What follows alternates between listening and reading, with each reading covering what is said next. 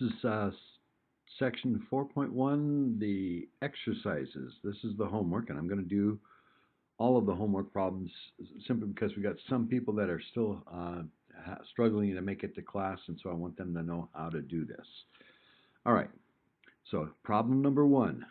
We got a car that's coming to stop in 6 seconds, and it goes from 90 feet per second to 46 to 17 to 0. So I'm going to make a quick sketch of what's going on here. At time 0, it's going 90 feet per second, and at 2 seconds, it's going 46, which is a little over half, and then at 4 seconds, it's going 17, so if that's 40, 10 is about there, 17 is about there, and then at 6 seconds, it's finally come to 0. So it's a little bit of a curve. And as we've learned in this section, the area under the curve, it represents the change in distance, because this is in feet per second, and this is seconds. And so if we're finding area, we take the height times the width, and we're going to multiply these, and the seconds are going to cancel. We're going to get feet, a change in the feet. Now, they want us to get a lower and upper estimate. Now, if we just make rectangles based on the width of the interval being 2 seconds, because we have to do that because we only know these points, we don't know the ones in between. If we want to do a lower estimate, we can make rectangles that the height on the right side hits the curve, right side hits the curve, and the right side, no rectangle here at all, and figure out the area of these rectangles.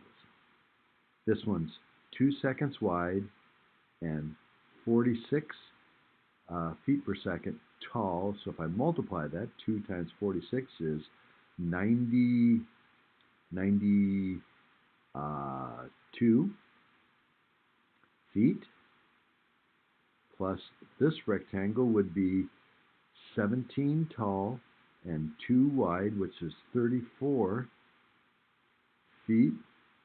And then this rectangle has 0 height, so it has 0. So a lower estimate for area, you can see these two rectangles are way under the area of under the curve. So that would be a lower estimate of 126.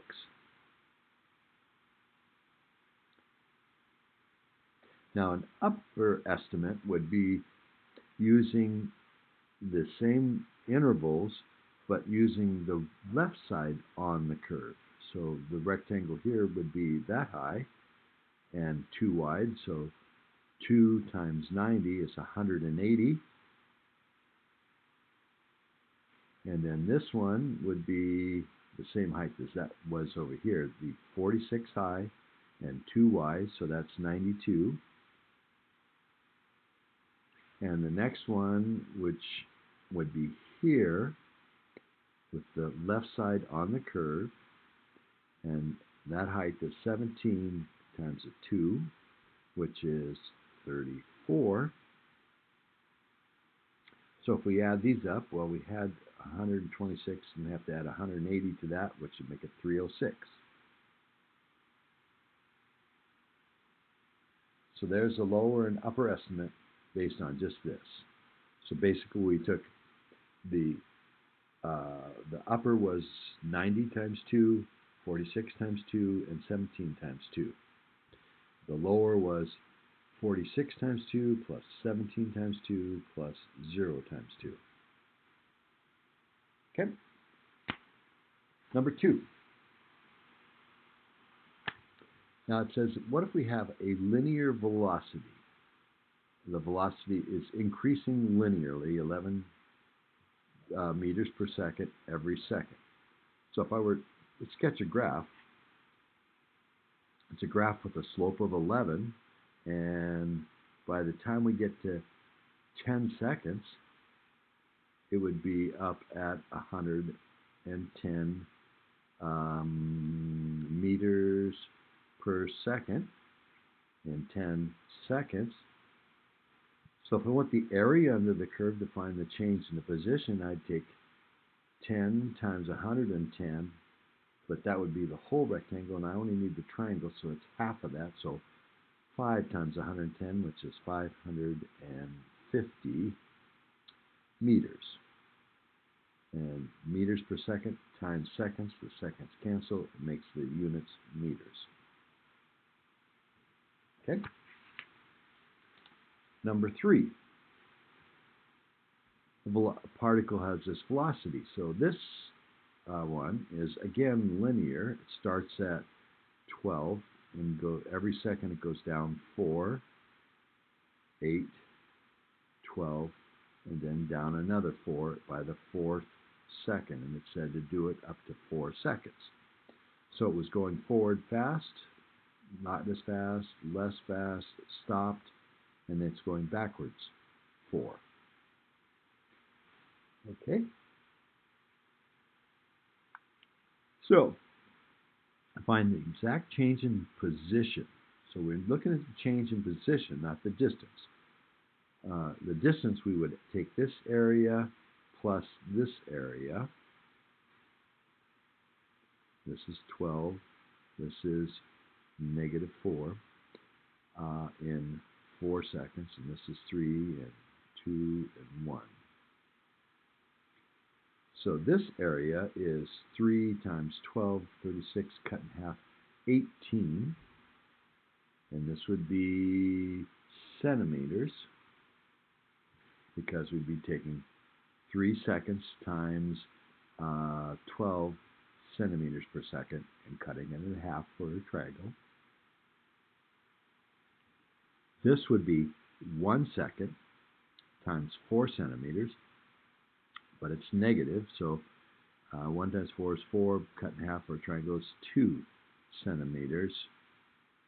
So this object went forward 18 centimeters and then backed up 2 centimeters. So the total change in position is 18 minus 2, which is 16 centimeters. Now, if they asked for the total distance and not just the change in position, the change in position was 16. The total distance traveled was 18, and then back 2, making a total of 20 centimeters total travel. Okay? Number 4. Sorry, I may have had that off the screen a little bit there, but hopefully you can understand. This one says, compare the distance traveled by these velocity graphs. Now, it says, which car achieved the larger maximum velocity? This one goes to a maximum velocity of this height. And this one goes to a maximum velocity of that height. And so the dotted one, which is the red curve, which is B. So B went the fastest. Which one stopped first? This one started here and then ended here. This one started here and ended there. So the one that stops first is also B, the red car, the dashed line.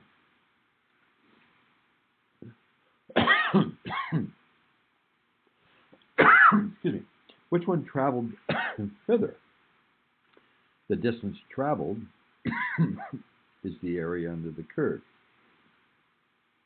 Under the solid blue curve, you have that much distance. Under the red curve, we only have that much distance. That area is much less than under the blue curve. So the blue curve traveled much further. Sorry, excuse me. 5. Finding the average acceleration. Well, acceleration is the slope of the velocity curve. So we're doing what we did in Calc 1. Now, they went through a whole bunch of stuff here talking about 68.2 miles per hour, and then they did a conversion factor miles per hour to feet per second. but they've given the velocity here in feet per second and time in seconds. So, the average acceleration over the first second. So for the first second, the change in velocity was 34.09 over the change in time was 1 second, so it's 34.09 feet per second, which is feet per second squared if you want. The average acceleration over the second, that's change in velocity, which is 59.09 minus 34.09. If you subtract those, you get 25 over 2 minus 1 is 1. And so you get 25.00 feet per second, or feet per second squared. And that's all there is to finding average acceleration. Okay? Oh, 6. Missed it. 6. Now, this gives you a velocity of a particle, and it's a parabola, and in class we figured out it was a parabola that went through 2 and 1, 3, 4, 5, and it went down, goes through 2 and 1, and goes back up, and the change in it and the total distance, or find the displacement, net distance covered. So it covers this distance forward, backs up a little bit, and then goes forward again. Because got forward change, backs up, and then goes forward. So that's from -2 to 5. That's where that comes in. So we have to add up these areas. Now we could do rectangles and all kinds of things, but it might be easier to try to find the antiderivative of this. Go back and find the position function. Now, if the derivative of the position is the velocity, then the derivative of something has to be t squared, and it would have to be t to the third, because if you take the derivative of t to the third, it becomes t to the squared, but it also gets times 3, so if we have to put a 1/3 here, so 3 times 1/3 becomes the 1. And to end up with 3t, end up with a t would have to be a t squared, and to end up with, if you take the derivative of t squared, you get t to the 1, but times a 2, but we want to end up with 3, so we have to put -3 halves there. 2 times -3 halves is -3. And for the 2, we'd have to go to t. So the derivative of this would be this. And it could be plus any other number on the end here, because a constant derivative would be gone and would still be that. All right. Now, what's the net displacement? Not distance. So we're not adding this and making this positive and adding this. We're just adding this, subtracting this, and adding that. Or we could just find out how far is it after 5 seconds, and then subtract the position at -2 seconds. So if I put 5 in here, I get 125 divided by 3 minus 23 over 2 times 25 plus 2 times 5, which is 10. That's the position it is based on this position equation at 5 seconds. And then we go back to find where it was at -2 seconds. And so we put in minus 2, so we get 1/3 times negative 8, so negative 8/3 minus, and then put negative 2 in there, that's 4, so that's minus 12 halves, plus minus 2 into there makes minus 4. And we have to subtract these. Well, if that's minus and that's minus and that's minus, and we take the subtract to that, that'll make this all be plus. But let's just kind of figure out what this is. So that's 6 plus 4 plus 2 and 2/3, which is telling us the area right here is 10, 12 and 2/3. That's the area from here to 0 to 0. Then we have this piece and that piece and that piece to add up, but then the area over here is this, and so we have to add 12 and 2/3 to this area, which is whatever, let's see here, that's 75 over 2, so we got 125 over 3 minus 75 over 2 plus 10. So this is 41 and 2/3 minus 37 and 1/2 plus 10 plus 12 and 2/3. So if I don't make any arithmetic errors, 41 minus 37 is 4, 14, 16, 26, 26, 4/3 minus 1/2, which is 3/3. 4/3 minus 3/3 is 1/3. 26 and 1/3. I'm getting here. Let's see.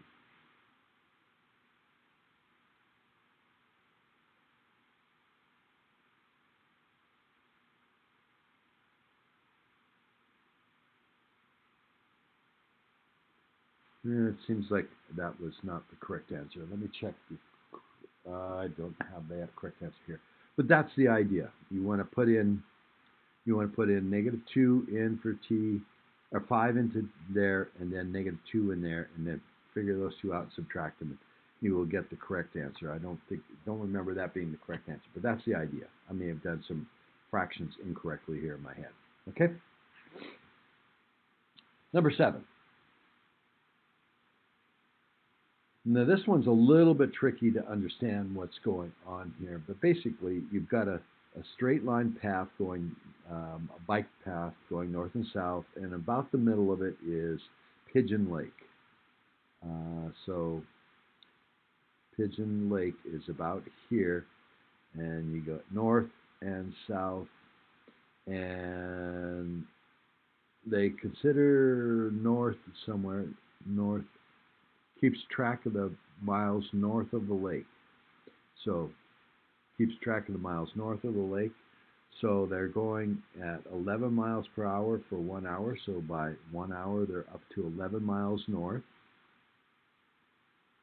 And then in the next 2 hours, they're going at 10. So they come back 10, which means that at plus 1.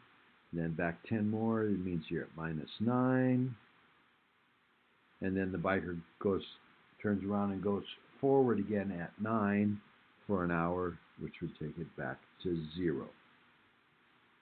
So that's what's going on. Approximately how far north of the lake was the cyclist when they was the greatest distance away from the lake? Well, that was 11 miles. At what time did that occur? That occurred at 1 hour. What is the cycle's total change in position from 0 to 2? From 0 to 2, the total change in position is plus 1. 1 mile north.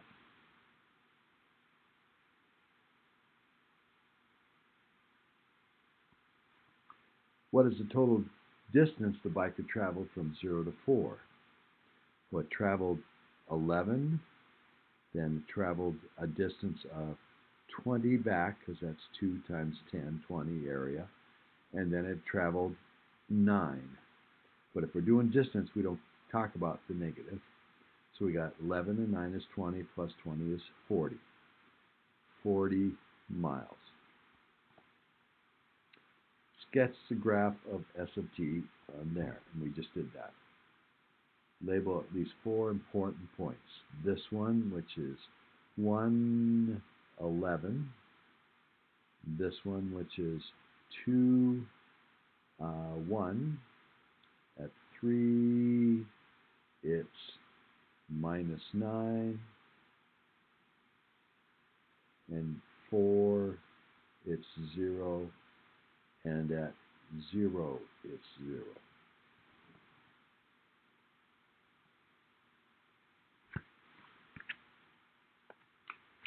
Eight. A toy rocket is launched vertically from the ground, and this is its velocity, and that's a linear one. So if I made a graph of the velocity, it would look something like 500. Let's make 0 there, and then it would go down to 0, and then it would go negative. Come back down. And that's assuming no air friction. Then this would be a straight drop like this. Okay. But since there is air friction, this gets distorted, and this would be distorted. But we're going to leave it alone. And when is it 0? And that would be when this is 0, which is 500 divided by 32. Whatever that is, that's when it's 0. Let's see, that's about 15 point something seconds.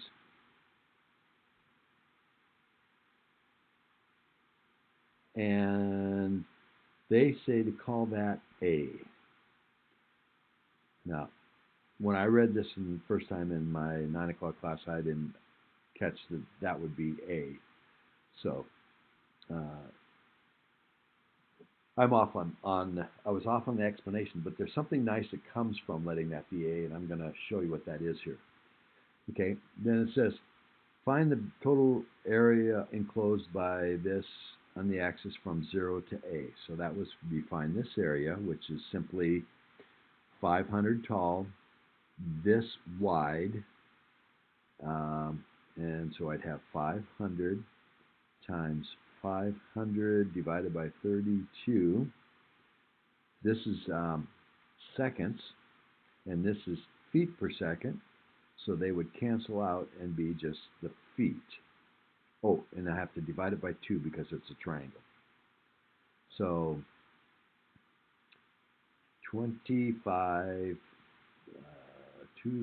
2, 5, 0, 0, 0, 0, 1, 2, 3, 4 zeros, 25 divided by 64, which is some number, and that would be how many feet the thing traveled up. So that would be the highest place it reached. And that's what the physical representation of this. Now it says find the antiderivative of v. In other words, what s is if s prime is v. So to end up with 500, it would have had to been 500t if we take the derivative and get 500. And if you end up with negative 32t, that had to be t squared to start with, but the 2 would come down to make the 32, so there had to be negative 16 here, because 2 times that would be negative 32 t to the 1. So there's that. Now compute the value of S of A minus S of 0. Well, S of A would be putting this number, this 500 divided by 32, whatever it is, in for the t, and calculate that. And if you put in 0 into here, you get 0. So this would be just, the answer to this will be just 500 times whatever 500 divided by 32 is, minus 16 times 500 divided by 32 quantity squared. And that will give you the answer, and it would also give you the when it reached its highest point, because it had a speed of 500 and went to a speed of 0. When it reached the highest point, then it comes back down. Now if we compute S of 5 minus S of 1, that would give you the distance it traveled in here. Now, if you were to make A not here, but just any random place in here, then if you compute this area, you would have to use, you could use a formula for a trapezoid. And I'm doing this because I want you to know this formula for a trapezoid. A trapezoid is basically a rectangle if you flatten this out, find the average of the two heights. Now, if this is A to here, not to here as they said in the problem, but someplace in here, then the height on this side is going to be A into the equation, which is 500 minus 32A. And the width of this here would be A. So the area would be the average height between this and this. So we'd have 500 plus 500 minus 32A divided by 2. That's the average height, times the width, which is A. So 500 plus 500 divided by 2 is 500. And negative 32A divided by 2 is negative 16A. And if we take both of these times A, we get the formula for the position of this depending on any A or any, which is any ending time, which is the antiderivative we had up here, the position after any time A. Okay, so that's what I wanted to point out there. 9. So if an object is moving in a straight line path, the area under the curve represents the change in position. Now, if this is 1 and this is 1, the area of this box would be 1, but this is a triangle, it's half is the area of that.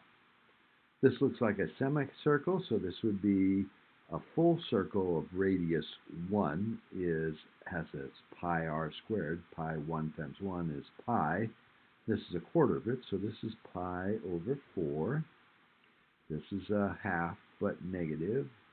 This would be an area of 1. This would be negative, and this would be negative 1/2. And this would be pi over 4, and this would be pi over 4. So, determine the exact total distance the object traveled from 0 to 2. 0 to 2, the distance traveled was 1/2 plus pi over 4. And does it give it units here? Is measured in feet per second, and the time is in seconds, so this would be feet. That's the exact value. What is the value of and meaning of S of 5 minus S of 2? Well, that's the change in position. S of 5, which be this area minus this area, how far it's moved by 5 seconds. And S of 2 would be just this area, how far it moved in 2 seconds. So S of 5 minus S of 2 would be just all this area and this area minus this area, so it'd be just that area.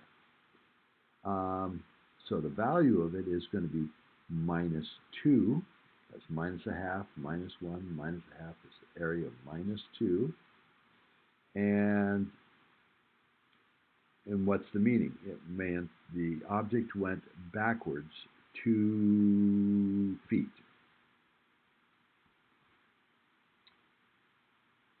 On which time interval did the object travel the greatest distance?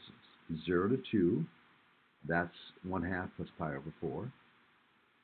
2 to 4, that's a triangle, the half, minus a half, and minus 1, which is a minus 1.5.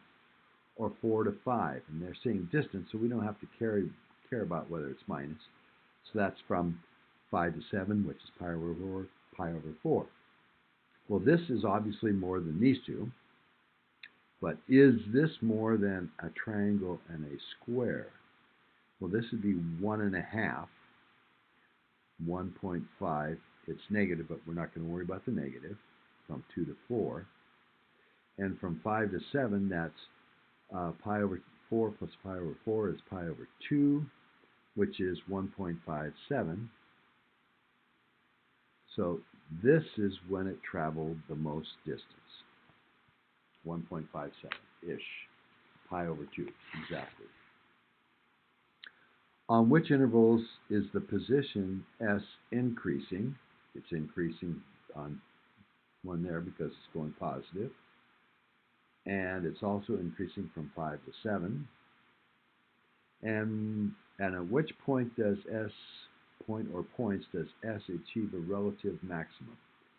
Well, it increases up to here, and then it decreases, and then it increases again.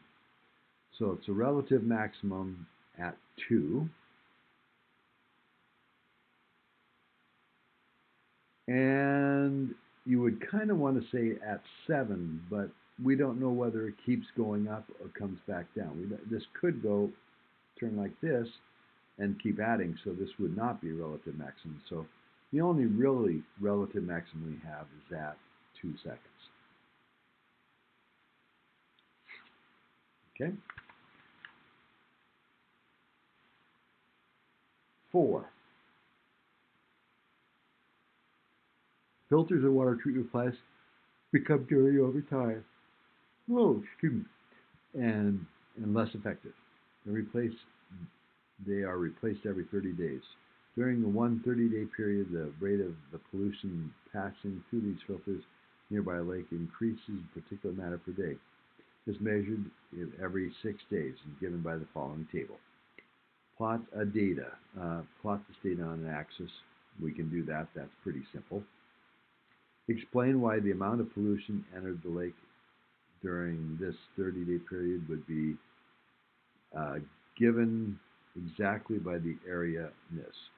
So now instead of distance and time, we have not a velocity is a rate of change in distance. Well, this is going to be the rate of change in the pollution. So the total pollution is the area under the curve. That's why the area here would be it. And be given exactly by the bounded area from 0 to 30 seconds. 30 days, excuse me.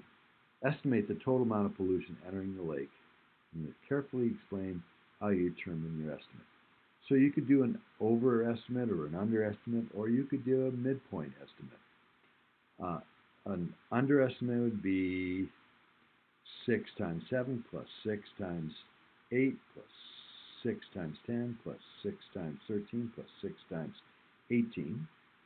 An overestimate would be 6 times 8 plus 6 times 10 plus 6 times 13 plus 6 times 18 plus 6 times 35.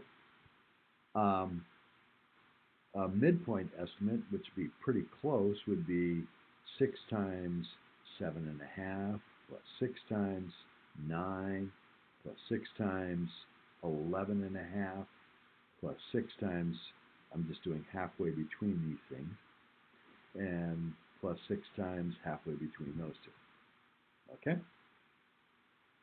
That's basically how you would do number 10.